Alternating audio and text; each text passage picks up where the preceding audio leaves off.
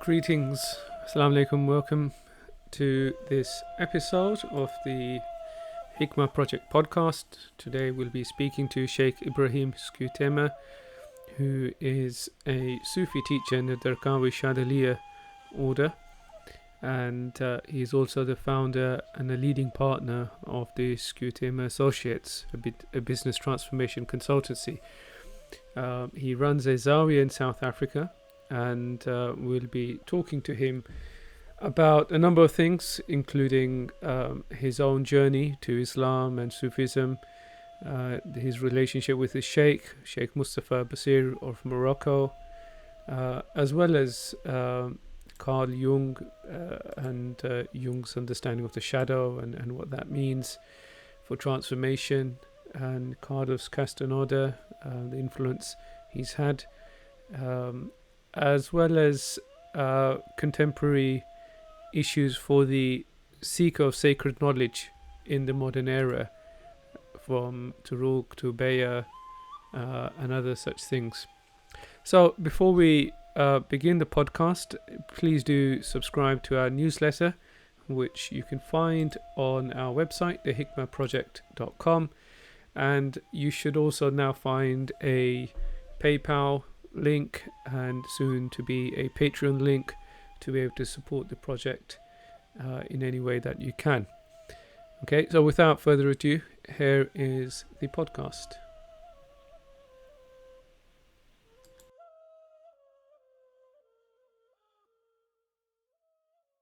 Assalamu alaikum everyone. Today we are joined by Shaykh Ebrahim, who will be talking to us about Sufism and the path and what brought him to the path. Shaykh Ebrahim, welcome to the Hikmah Project podcast. Thank you very much, Saqib Saab. Nice to meet you. Pleasure to have you. Can we start off by you just telling us a bit about your own spiritual journey and what it is that brought you to Sufism? It was sort of an incremental move. I think from my adolescence, I was, had a curiosity and an interest in the inner or inner reality. I've even as an adolescent, I'd spent many months actually in sort of advanced meditation programs, and I dabbled in all sorts of things, mainly Oriental, but also Occidental, some Christian mysticism and some fiddled a bit with Kabbalism. But this is all in my late teens and early 20s. And it became apparent to me in my early 20s that I had this sort of, I suppose, arrogant young person's dismissal of formal religion. I was brought up Catholic, so and so I had a bit of a visceral reaction to the whole Catholic thing. There were a number of things that just I found a bit offensive about some of the assumptions of Catholicism. And I thought, well, I don't really ever want to commit to any formal religion, but if I would, then Islam would be it, because at least it doesn't ask me to do anything that's offensive to my reason. And so I became Muslim in 1981 with some tablighis. And I must admit, I right from the start, I wasn't sort of doubting my decision, but I found their worldview, dare I say, medieval and somewhat offensive.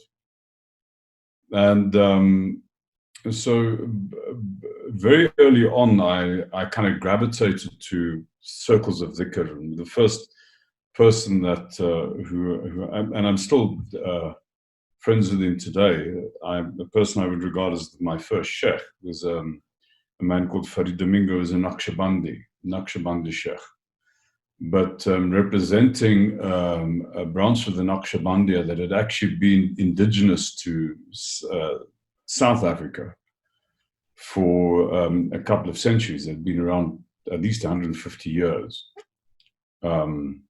through the Cape. So they were actually, in a sense, completely unrelated to the more modern, people from Cyprus and so on. So he was my first exposure. And then from there, I had a sojourn, as many people of my generation did, with the Morabitun. The Morabitun, their agenda was quite explicitly political. And that was very attractive to people of my generation, South Africans of my generation. I mean, we kind of grew up, cut our teeth on the struggle. So, and also Islam in South Africa had a very peculiar kind of patterning that it was really people of South Asian descent who controlled the deen in South Africa. Up in the interior, it was many people of South Asian descent, and specifically Gujarati, but then also some Tamil influence. And then in the Cape, people of Malay descent. And there was, particularly among the people of South Asian sort of background, there wasn't a place for new Muslims really with them, and they're actually quite racist. And that racism was particularly experienced by Black South African Muslims. And so there was a growing resistance to we wanted the deen, but we didn't want to be second-class citizens in the Muslim community. And so this thing, the Morabitun thing, came like a breath of fresh air, just cut across all of this. So basically the message was, you don't need to take on what we would call an Indian identity to be a Muslim, I mean, so we all became Maliki and we took on this whole Morabitun thing. But that became increasingly politicized by the end of the 80s and early 90s, and also had gone almost criminal. And I got increasingly disenamored with it. So I then, for a short while, I never gave bay'ah to him, but I became associated with Shaykh Ebrahim Schuitema. And through him, I was directed to Shaykh Mustafa al-Bassir, who was my sheikh, and from whom I got my ilm. Yeah, so, and that was about 2000 when that happened. So that was kind of the rather circuitous journey. Wow. So could you tell us more about Sheikh Mustafa and what the structure of the practice was, the training, the framework, the intellectual framework, if you like? What was the tarbiyah process? There was none. It was the most extraordinary experience. I was Sheikh Fadlala indicated to me that I should go and see this man, because in Sheikh Fadlala's word, he was the most important living exponent of the Darqawa. And so I took my family, and we basically did a holiday to, there was a young Moroccan man who'd stayed in our house for the better part of a year. And so his family had a house in Fez. So I took my family to Morocco. We stayed in Fez. And then I planned a short visit to Sheikh Mustafa Zawiya, 3 days in that trip. I think it's about 2000 this happened.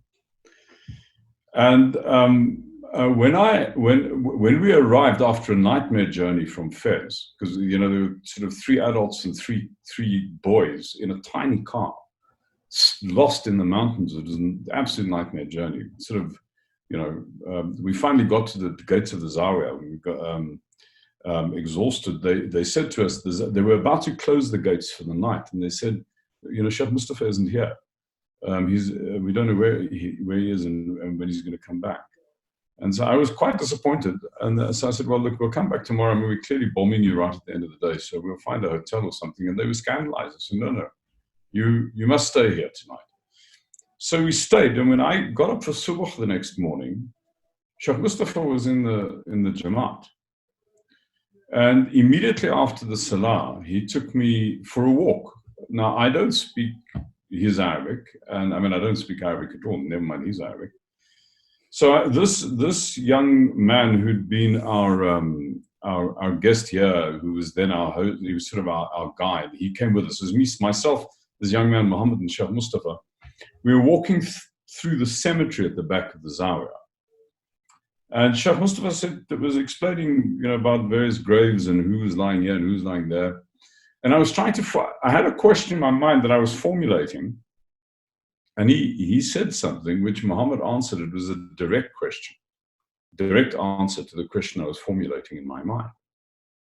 And I was kind of taken aback. I said, Shaykh Mustafa, how did you know I was going to ask you that? And then he was taken aback. He said, well, don't you know, you and I are the same? And he pointed directly at my chest like this. He said, we're the same. I said, what do you mean? He said, we were together from the first moment. He said,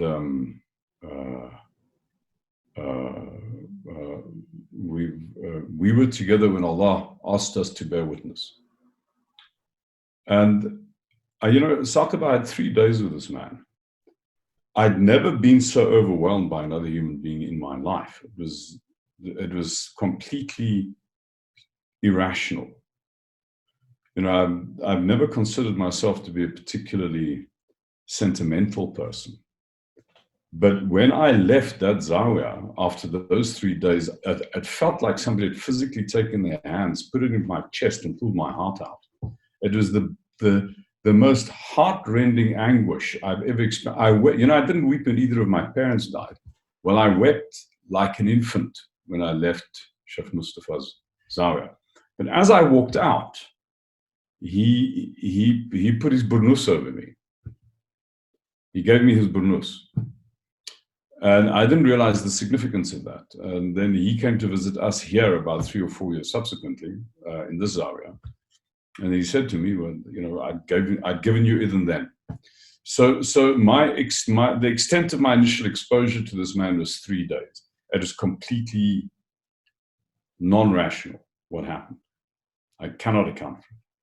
To this day, I cannot account for it. This is one of the most overwhelming experiences of my life. Wow. So just going back, just to put this into context, here you are, somebody who's tried different sort of paths out and explored various spiritual religious traditions. And just for our listeners, what was it? I mean, you said you came through the Tabligh Jamaat and obviously things didn't resonate in terms of the worldview, etc. But when you met these men of God, what zawq, what taste, or what was it that gave you the certainty in your heart that this is more than just mere belief system or some political ideas or just a blind following? How did you know this was authentic spirituality and this is what you was looking for? I listened to an interview of Carl Jung recently, and it was done 2 years before he passed away. So he was an old man. And the interviewer asked him, it was like in circuits, the guy's trying to obviously trap him, you see.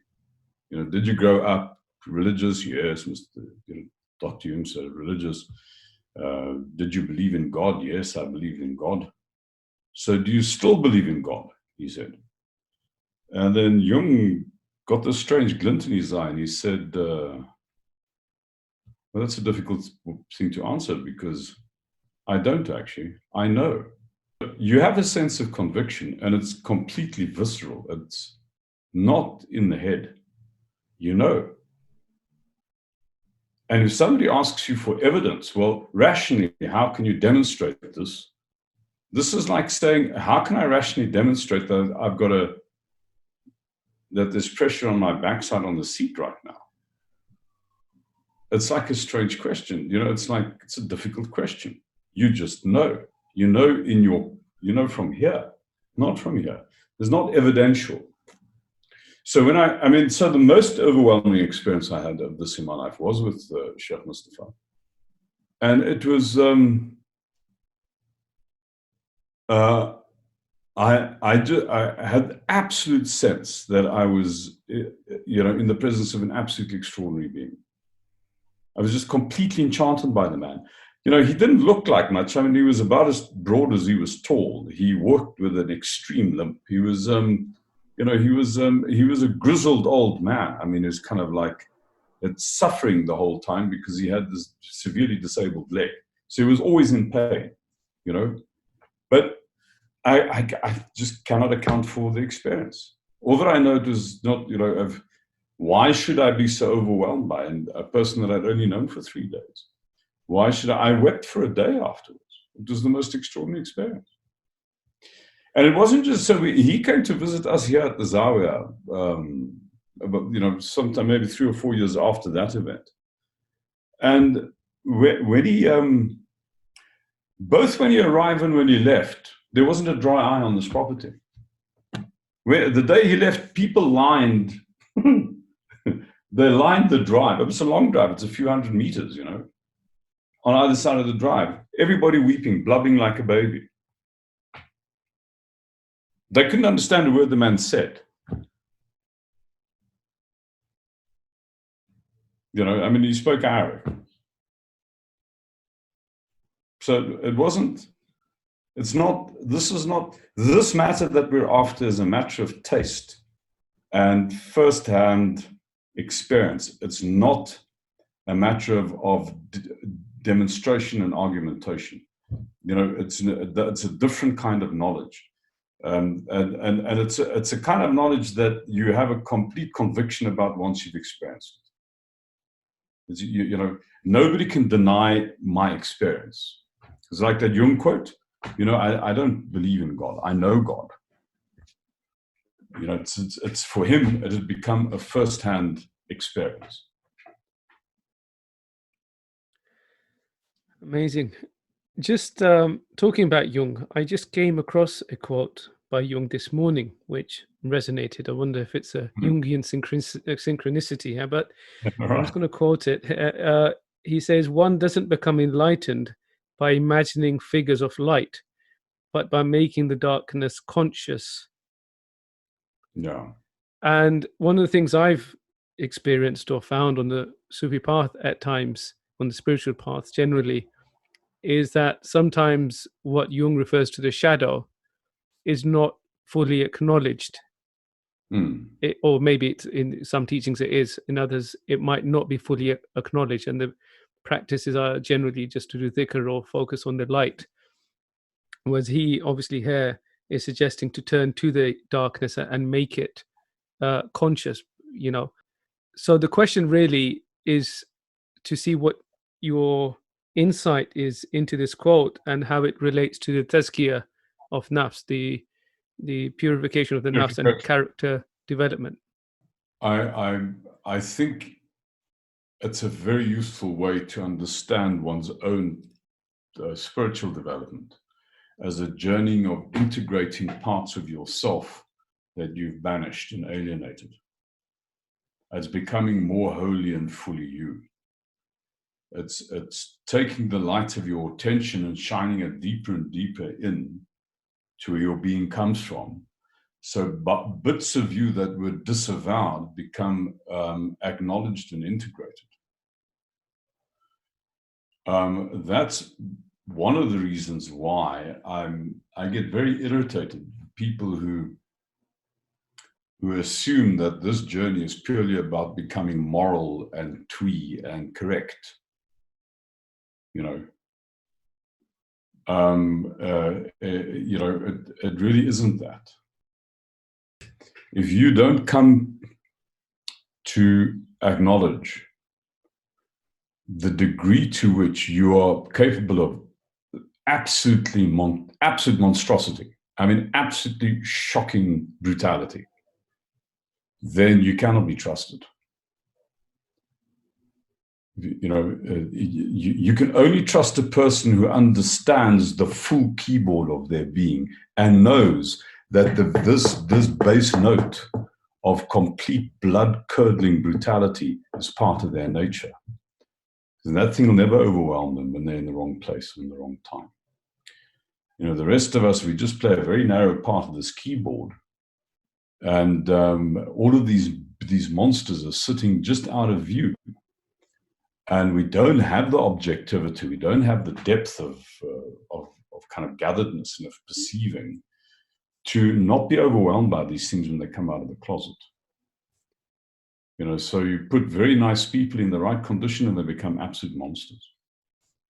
And they'll always justify it to themselves. And they'll justify it to themselves in the name of being moral. So, I mean, you may have heard me, I mentioned this a number of times in various discussions and durus.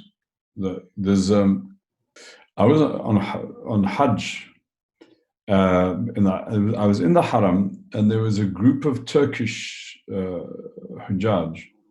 Obviously, they're in a tour group, and the young men were on the outside, holding hands, protecting the women and the old people on the inside. So it was this almost like a military kind of formation moving through. And I saw a young Turkish man knocking this doddering little Indonesian biddy out of the way, I mean, obviously in protection of his lot, and it struck me, that man would never do that in cold reason. Here he's like stuck between a rock and a hard place. He's got to protect his own, and so he's now stuck in a spot, and here the monster that's there that he would never acknowledge in himself came out. So I think we cannot be trusted until we are fully acquainted with the extent of our own brutality. So how are those areas, those monsters, as you put it, integrated and then transformed? Is that more psychological, as Jung would have it, or does it fall under the spiritual, or is the spiritual wide enough to incorporate the psychological? Well, I mean, maybe these differentiations aren't particularly useful. Is it spiritual? Is it psychological? Maybe, I don't know. It's all inner work. I'll give you an experience that I had. So as a child, I was always bedeviled by this idea that I wasn't recognized for my. I mean, it's very embarrassing to admit. I mean, even at 60 years old, I'm embarrassed to admit it. I wasn't recognized for my genius. As a child, I had this conviction. And it used to cause me great pain that people used to think I was just an idiot, and. So one day, this is like decades ago now, it was quite a while ago, I was sitting used to live on the other side of this property in a flat. I was sitting in my flat and at a bench next to the door. And I felt this was in a dream. In the dream, I'm sitting on the bench. The bench was there. There's really, and a child who was me, probably about 8 years old, came walking into the room, like really crying, like snot and tears, like heartbroken. And I said, "What's the matter?" He said, they don't recognize me for my genius. And I looked this kid in the eye, knowing this kid is me. I looked this kid in the eye and I said, "You know what? It's true. They don't." And it is like his demeanor changed. He wiped his face. He beamed at me, disappeared. I could feel him walk out of my chest and gone. So for me, there was, that was one of the more dramatic experiences of my life, of experiencing something that was denied being integrated. It happened to come sort of in a visionary dream, but I think that is how it works. You can't deal with the pain, you see, of that thing, whatever that thing is. So you're not looking at it. The moment you round on it, I mean, you just acknowledge it. It no longer becomes, it's no longer the monster. Yeah, I completely see that. And I think it's just that depending on the path and the spiritual sort of teaching approach, sometimes seekers or the murid, seekers of knowledge, can look to the sheikh for psychological uh, um, solutions, whether it's self-esteem, confidence, dare I say, depression. And I guess you're right. From one perspective, Al Ghazali might say, well, there's certain ills in the soul that can only be cured by depression. Sorry, yeah, by depression. So essentially, from his perspective, in the blessings of the tribulation, there's a lesson to be learned. Yeah, absolutely. So, could you tell us more about the Shadhili path, its principles, and its fundamental sort of approach to spiritual journeying and development?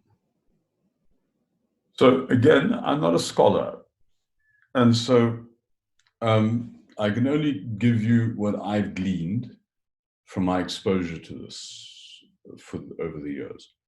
And also bear in mind that you're dealing with something that's been going since the 10th century of the Christian era. So this is an ocean, beyond an ocean. But from what I understood, the main elements of this tradition is that it started off as a way of protecting people who were busy with inner endeavor from getting into trouble with the intelligentsia and with the establishment. Because before, I mean, there weren't really things like tariqas for 400 years after the death of the Rasul. These things are comparatively modern. Well, they were subsequent developments. And they became developments in the first instance so that people who were doing inner work, there was some sense of them being integrated in the society and not being basically seen to be this kind of crazy counter-establishment sort of mystics. And so as far as I understand, the Shaykh Shadhili's principal aim was precisely that. It's basically to make the endeavor socially acceptable, so that people would not get into trouble and they'd still be able to do their inner work, but they'd fit. It was almost like they had a license to operate because they were part of an organization or an organized group of people who deliberately curried favor with the establishment. So that's what he did. He was politically very conservative. And he's, I think one of his most enduring quotes is, the person on this path is inwardly intoxicated and outwardly sober. The whole thing of keeping proper decorum and being outwardly consistent with the requirements of Sharia, so that you don't end up creating unnecessary disruption and having your head cut off. So that's kind of the genesis of the Shadhiliya. The Shadhiliya have been immensely influential in Africa. They took the deen down both the East Coast and the West Coast coasts. But it has always had this undertone of compliance, if you like. And I should think what Shaykh Darqawi did, and again I speak under correction, I'm not a scholar on the matter, but what I understand Shaykh Darqawi to have done is brought in an element of almost social activism again, because he was particularly active among the poor. But that's probably about as much as I know. So what about in terms of teaching texts? For example, in the Mevlevi Tariqa, they have the Masnavi.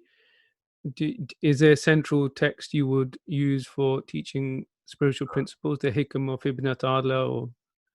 No, I don't use text. I mean, I'm not hostile to people using text. And if people want that then I would encourage them to go somewhere else. My curiosity is the first-hand experience, not the narration. And so we do a lot of practice here. We do a lot of dhikr. We do a lot of, if somebody sort of comes with a hikam of Ibn Atayla or something like that, and they're looking for an erudite discourse, I would say to them, my friend, you've come to the wrong man. Please go to somebody who can. This is not my skill or my curiosity even. So what would a seeker of truth, if he came to your Zawiya, he or she came to your Zawiya, what would they find? What would you offer them? Well, I can show you.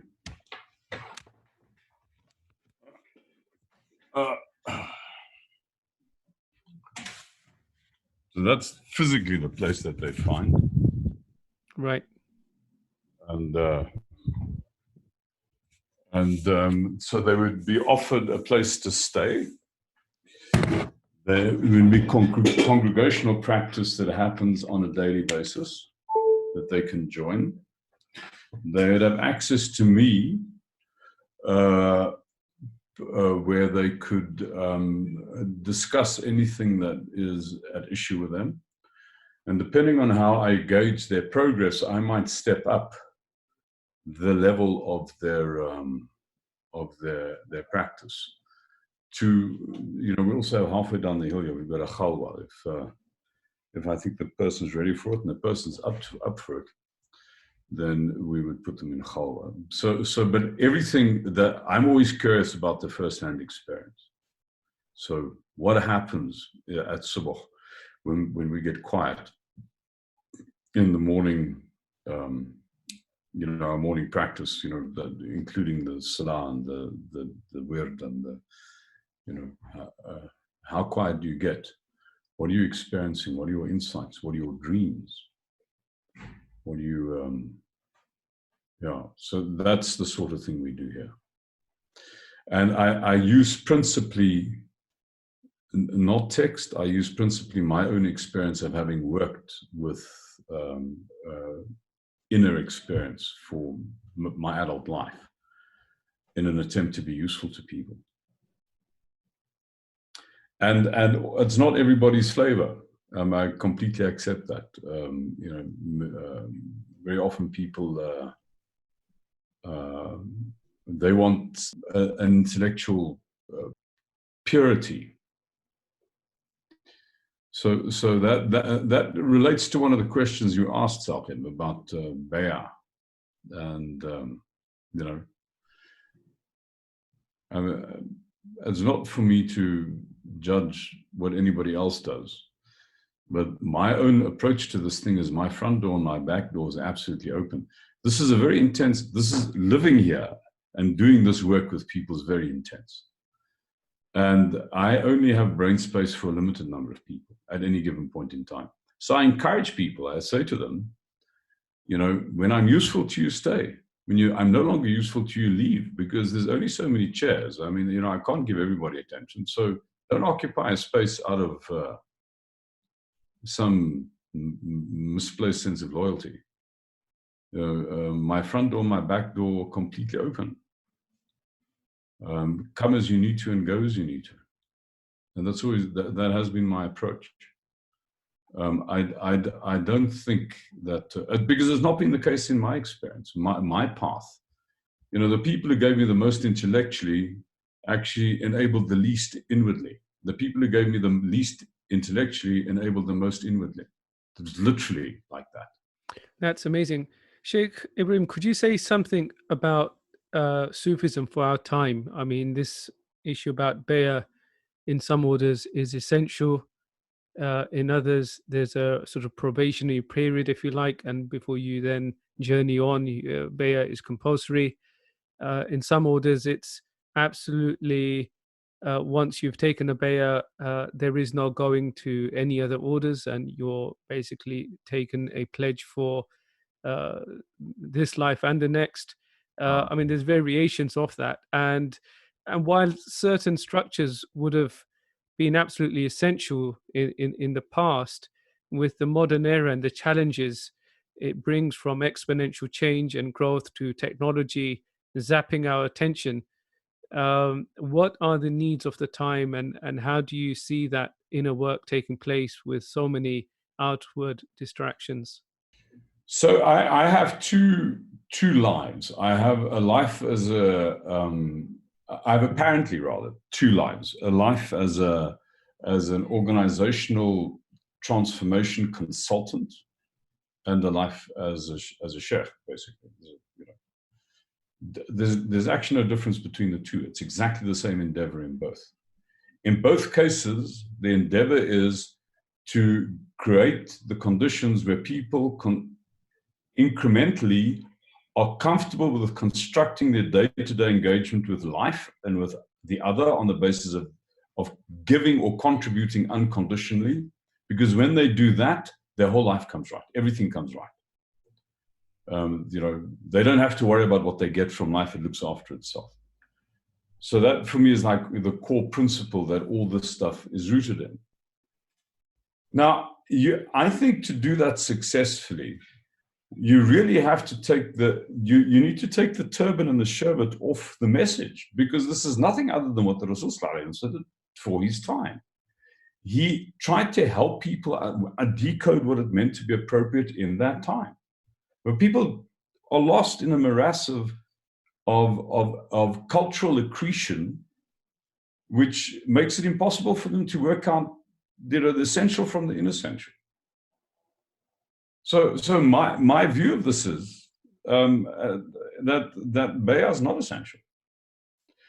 And depending on what side of the bed I got out of in the morning, I might go as far as to say it's error. It's not guidance. You know, because it is not how this thing started. You know, for those 400 years before the tariqas became kind of caste in, like, you know, people used to travel, they used to move. You'd sit with somebody and you'd get from him, and then thank you very much, it was very insightful. You go to the next guy. That's how it used to work. Where's this thing suddenly come that somebody else has my ticket to the divine encounter? Surely that's shirk. You know, I mean, the divine encounter is proximate. He said, I'm closer to you than your jugular vein. So how can some other person claim to give me the key to me? There's just fundamentally, I don't think it's useful. I think I just, I mean, I'm going to stop there because I'm probably going to get myself into very hot water. I try not to be too contentious about these things, but so they might all be right and I might be wrong, and but you know, you have to live by your own conscience. And so as far as I'm concerned, you know, don't stay an hour later here than what you need to. And if I've outplayed my usefulness to you, for heaven's sake, move. So, Shaykh Ebrahim, in your role as a consultant and a sheikh with addressing transformation, what role does technology have? Does technology have a role in that? I guess we're using technology right now in one sense to create this podcast. So if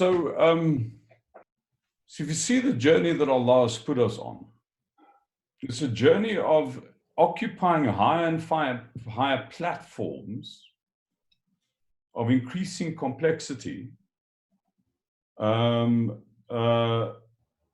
which are increasingly tenuous because it's very difficult. You know, the higher the platform becomes, the less stable it is. So that we have a deeper and deeper, greater and greater vantage point into how things are. And when we have a greater vantage point into how things are, we can be increasingly in awe with him and amazed with him. So I think that this current revolution that we're in now creates a possibility of a level of complexity. Like questions that you asked me before, like about Ibn Atayla. Well, actually, you know, if I really wanted to know, he's a Google search away. So all of that stuff's now irrelevant. You know, what used to stick in your head is irrelevant. So we're now operating as we can collaborate as a species now in ways that we could never collaborate before. So I think that we're in for, one of the most extraordinary and enlightening rides that we've had as a species. I don't think the story is done. I think there's so many things that indicate we're at a cusp of the integration between the insights of what was called science and the insights of what was called religion. I mean, in the past, there's sort of some of the stuff that's being done at the sort of right at the vanguard of investigations into the effects of consciousness on phenomena. We're going to go into a new world, and that new world is going to present us with even more extraordinary possibilities for witnessing and awe, which is why Allah made us. So I think that technology is making possible a revival, a growth, a new thing that we wouldn't have had before. Shaykh Ebrahim, what does it mean to be human, fully human? So I'm going to say some things which the only reason why he's made us is so that we can be in awe. The reason why the human, because he said he made us because he wished to be known. And who is he? Well, he's everything that's superlative. He's everything, he's the greatest. And what is the effect of the greatest on that which is small? Well, either terror or awe. And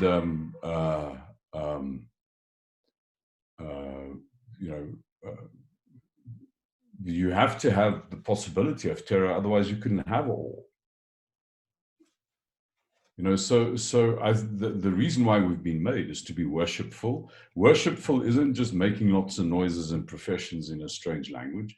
It is being in a state of amazement, astonishment at the extraordinary improbability of it all. This is what the new world is making increasingly possible. We're beginning to understand just, from the Big Bang, from our place on this tiny blue marble in this infinite inkiness of non-existence, that we should be at this, just the scale of things makes the human being such an improbable thing. That produces in us, if you've got any honesty about you, what the astronauts call the overview effect. It's an effect of just, isn't it astonishing? Isn't it amazing? A sense of awe. And that's why we've been made. So to be fully human is to be in a state of awe. And there's actually only two ways of being human.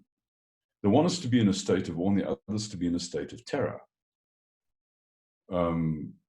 Because there's, if you stripped away everything else and asked yourself, well, what is being alive all about? Here I am, this kind of thing that looks sort of caught in a bag of skin, looking out around me, and let me get out of this tiny little room, but put myself on a mountain somewhere so I can get a good view.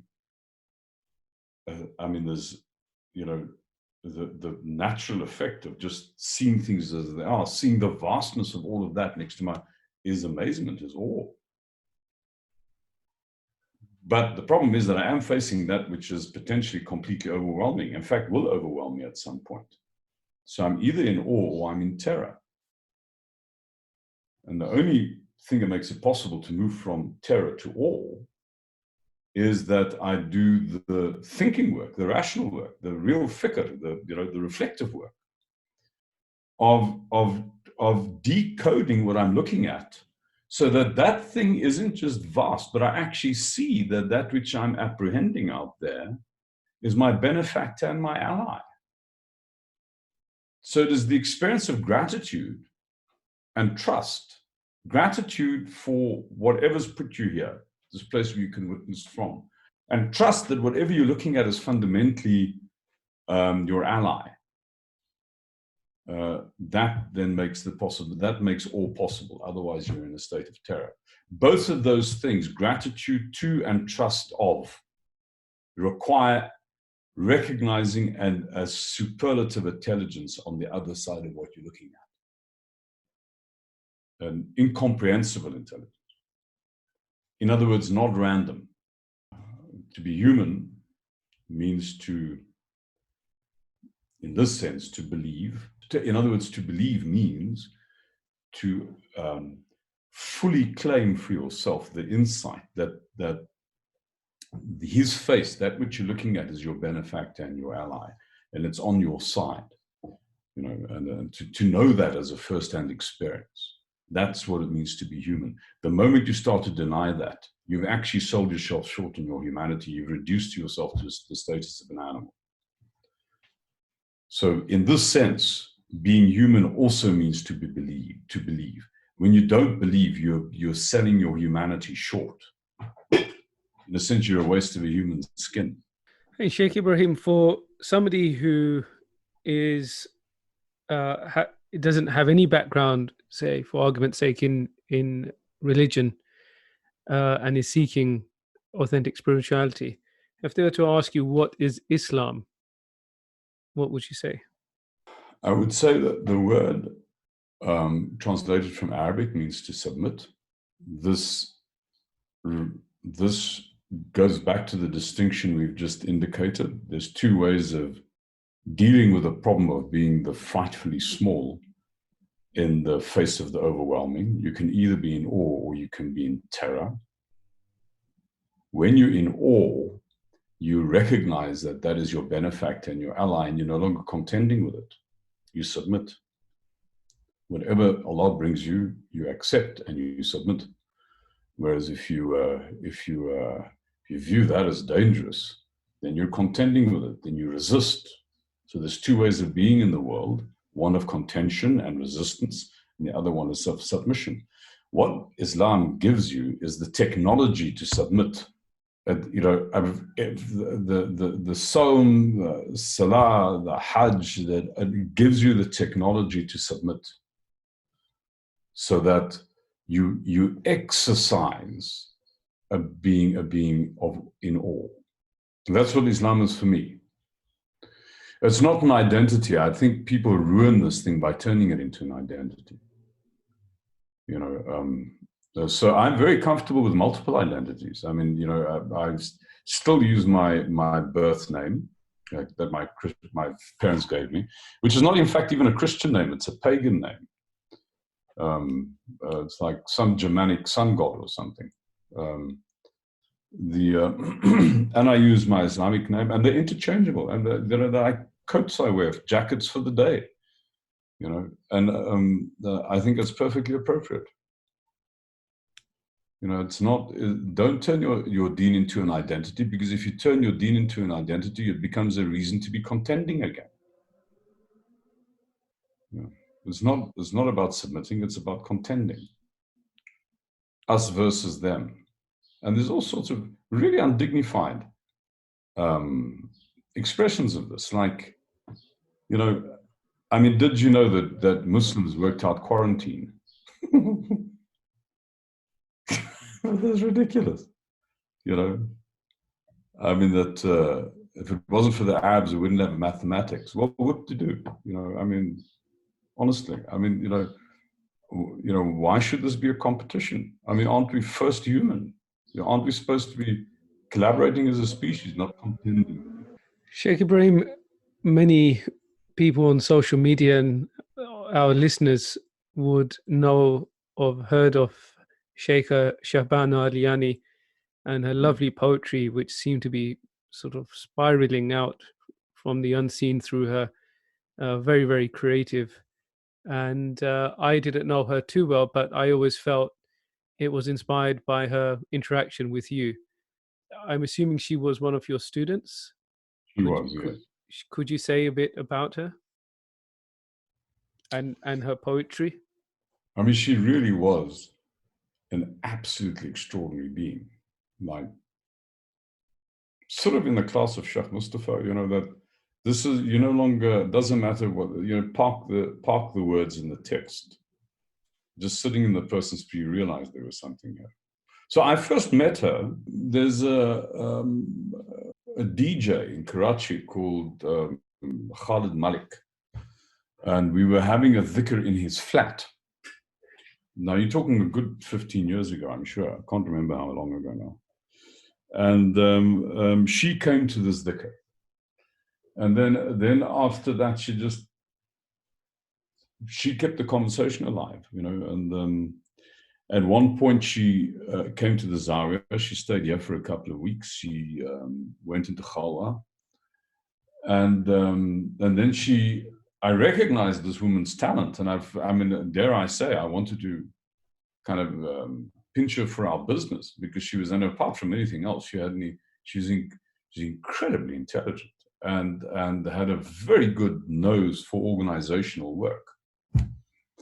So she started working with us, and then unfortunately she got ill, and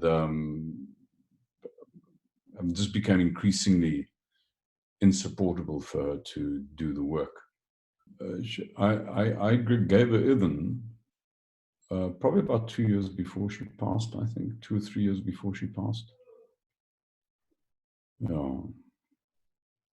But she was immensely generous with hundreds of people. She obviously wasn't in the position to do anything kind of in congregation, because she was really desperately ill. She had a whole skeleton that crumpled in on itself, so she became this tiny wizened ball of pain. But she always had time for people. People would text her and she'd answer, and and I found that she had a patience that I just thought was angelic. It was just nothing that I had. So I found it, really one of the most extraordinary beings I've ever had the pleasure to encounter. I have met some extraordinary beings in this journey, and she's one of the select. Very, very rare. Not too many people like that in the world. And was poetry always her thing? Was she always a poetess, or is that something that sort of came through the path? It started when she came on the path. And sometimes it is like it would just sprout from, like gush from her, But right from the start, there was an element of the almost, because it was so spontaneous. There's an element of the sort of deeply inspired in the stuff. That kind of. So I don't think I could have stopped her, but I did as much as I could to encourage her to continue writing. And what about Sheikh Harun from Karachi? I've had a few exchanges with him, which quite interesting, maybe for another time. But I know he's very close to you. Could you say a few words about him? His daughter's my daughter-in-law. She's married to my son. We had a peculiar relationship, myself and this man. It was we fought like brothers, It was quite strange. We'd be in each other's company for a day, and we'd be bickering about the tea. It was quite bizarre. But I knew, I met him first in Karachi at a dhikr. But I was very exhausted at the time, so I didn't register this man. And then we went on another trip to Morocco. This was after Sheikh Mustafa had passed. And there was a few of us who had gone, a few from people from South Africa. There was somebody who joined us from Scotland, and he decided he was going to go on this trip. And the moment I saw the man, I think I had an experience not dissimilar from the experience of Mustafa had with me. I just knew this guy was not recognized for what he was. And so I said to him, why are they treating you like this? Why are they not recognizing who you are? And well, he sort of muttered a couple of things, and then I said, well, as far as I'm concerned, you're a sheikh. This is people should be taking you seriously. You're a rare breed. So it was the end of that trip that I gave him in. But it was always not an easy relationship. I mean, because you see somebody's depth and insight, that doesn't necessarily mean we're all twee with each other. You know? And so we had a very disputatious relationship. So historically, he was, correct me if I'm wrong, from the Chishtiya order or He path, was, but because he had crossed. So he had touched signs with the Darqawa, with the Shadhiliya. He also had a short sojourn with both Sheikh Fadlala and Sheikh Abdul Qadir with the Marabitun. So it kind of traveled around a bit. But it was really that his relationship with the name of his Sheikh escapes me now, man from Karachi, also an Englishman, was not dissimilar from my experience. From what he accounted, was not recounted to me, it was not dissimilar from my experience with Sheikh Mustafa. It was just an instant, absolutely visceral recognition. yes, I remember a few years back when I had a couple of email exchanges with him. He said something to the effect of having a spiritual connection with Hazrat Baba Farid. Yes, that's correct. That's correct. And was in some sort of connection. But I always felt he had, although we never physically met, he had a lot of deep insight into the things that I was asking him. There's no question about it. The man was rare. He was, No, I mean, I'm very fortunate to have him here because his daughter is here, and she's very much her father's child. You know, she's the same qualities. Shaykh Ibrahim, could you end with some advice for seekers of truth, or some nuggets, some takeaways, some guidance for listeners of this podcast who are seeking authentic spirituality in the current time? I mean, for yourself, just to put this into context, there was no rational thought, as you said. It was from the heart, and you just knew it happened. And for some people who are blessed with that encounter, the whole situation is effectively resolved. You know where you need to be and what you need to do and what the divine reality has planned for you. Whereas others often ask, how do you know which sheikh is your authentic sheikh, or which path is an authentic path? And it's very easy for people to either get trapped sometimes in the worst case scenario through a bay'ah type of sort of pledge, which they might or might not fully understand, especially if they are entering Islam through Sufism. And on the other hand, I'm just painting a picture of two extremes here. On the other hand, you have spiritual window shoppers who would come in and dabble around for a bit and then just simply move on. But in it's very easy for the nafs, as I'm sure you'll know better than me, to come in through the back door, especially when you're on the spiritual path, trying to do this inner work and saying, actually, your work here is done, you need to move on, or you need to stay, etc. So what advice would you have for seekers of sacred knowledge and truth in the current climate? And before you answer that, Shaykh Ibrahim, maybe one more thing to add is, in this spectrum that I'm drawing out, you also have people who tend to be of the Islamic faith, in that they've been brought up in the Islamic household, and whether they have cultural ideas of Islam or it's turned into an identity for them. The perspective of a strong emphasis on legalism, as though the whole of Islam is encoded within some laws that and that's the purpose of existence. And yet, if you strip that down, even behind that, there's a sincerity that just wants, that's yearning for something authentic, but the only narrative sometimes they have is that it's through a strict or a more sincere adherence to a set of laws, even within a cultural conditioned mindset, if you like. So you have a variety of things going on here. So what would your advice be to seekers of sacred knowledge and truth? If I understand correctly, you're saying, how should one view, sort of reverse order to your questions, how should one view people who are sort of committed to a culturally encoded understanding of their deen? And it's all about rule compliance and, if you like, their count in akhirah, sort of like the sawab clicking, that one way of looking at it.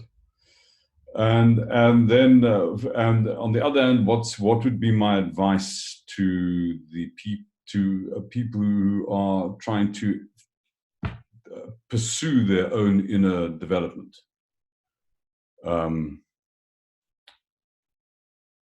So, in terms of the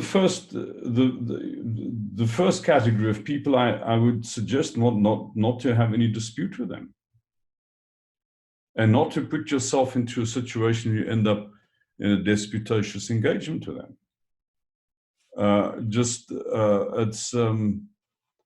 I don't know whether we actually have the same deen. I don't know.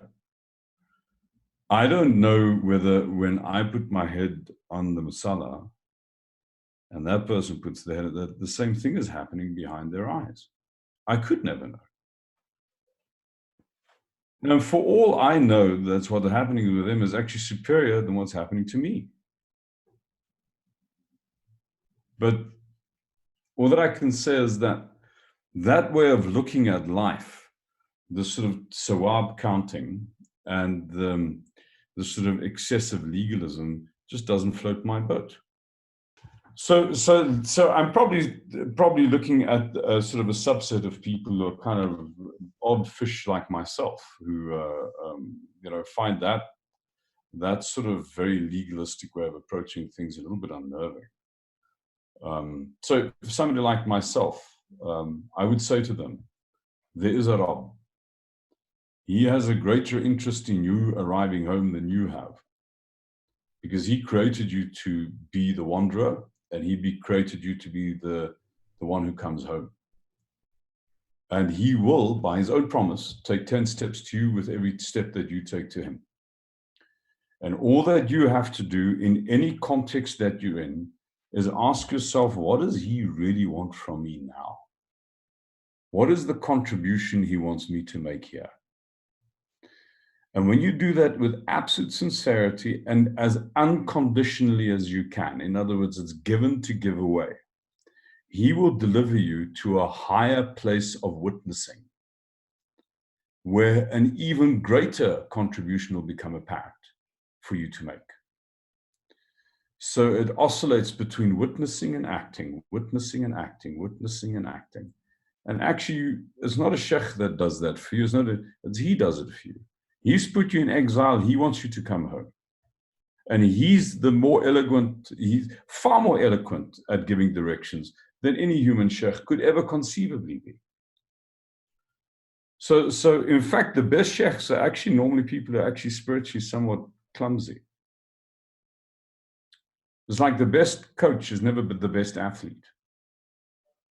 The role of the sheikh is not to be this pristine being kind of emanating light at the top of the mountain. That's not useful. The role of the sheikh is to be somewhere halfway up the mountain, to say, hey, the top is over there. That's the direction. That's a good guide. A good guide isn't somebody who's this angelic being, that kind of, eats sherbet and floats 3 millimeters off the ground. I don't think that's helpful. Yeah. So trust that there is a creative genius that sits behind the design of your life. Trust that that creative genius has made you to see him and his works from a vantage point that only you can, a unique vantage point. And he is busy leading you there. And he will bring you in the company of people that will be helpful to you the next part up this steep ascent to your witnessing place. And he will take you away from people, you know. And if you're halfway up here and you suddenly decide, no, I'm committing to this thing, I think that's a mistake, because maybe it's not as far as this thing can go. And who knows how far it can go, you know. So trust that there's a manager in charge of the affair, and he's, by his own admission, he's the planner, and his plans are gobsmacking, just extraordinary. On that note, Shaykh Ebrahim, the last time we met at SOAS in London, you gave a talk and you said you had, I think, become financially bankrupt, or you were just in a difficult situation, but it was the best thing that had ever happened to you. Yeah. Could you say, how is that going? Could you say a bit more? Well, I mean, this, you know, so the industry that we were in required us to be traveling around the world and being in training rooms and being in boardrooms, and this virus kept us caged for 6 months. And it's been the most extraordinary experience of my life. I mean, I now know what it feels like not to be an exhausted adult. It's the most extraordinary experience. It's so consistently in my life, you know, it's when you're kind of bereft, you've played your hand, no more cards left. You know, you've now, that's when he demonstrates to you that he, in fact, has this, you know, he will pluck victory from the jaws of catastrophic failure time and again. He leaves it to you to get yourself to the point of catastrophic failure so he can sort of, you know, toss in the opening. I think Allah subhanahu wa ta'ala has got the most amazing sense of humor, and that has a superlative tease. Amazing. Just when you think you're completely cornered, there's no way out. It turns out to be the biggest blessing of your life. That's consistently been, in fact, that's not gone away, you know. You expect that this thing gets less so as you get older, or as you get as you develop yourself. This is, you know, I now trade catastrophes in a sense by the hour almost. Sometimes it feels like, you know, it's a kind of like, yeah. Alhamdulillah. So I can bear witness that there's a genius that has taken charge of my life, which is infinitely bigger than my own capacity, and that my own capacity consistently comes up short with the complexity that my life produces, and that he's always come through. He's always opened. He's always shown the next step. So I feel a little bit like Jung. If somebody asked me, do you believe in Allah? I would say, well, that's a very strange question. I wouldn't know how to answer that question, because I don't believe in Allah. I know Allah, and he's real. He's absolutely almost tactile for me. It's like real. Alhamdulillah. Alhamdulillah. Shaykh Ebrahim, final question. Could you say something about Carlos Castaneda. So Carlos, I told you I had this sort of wandering youth, and as an adolescent, I came across the writings of Carlos Castaneda, and I mean, I kind of came from quite a working class background, and none of not a lot of kind of culture, I suppose, in my background. But this man, his insights were just so extraordinary. And I think the thing that really the essence of Castaneda, ask me, what's the essence of Castaneda? Is an absolutely radical rejection of victimhood of any kind.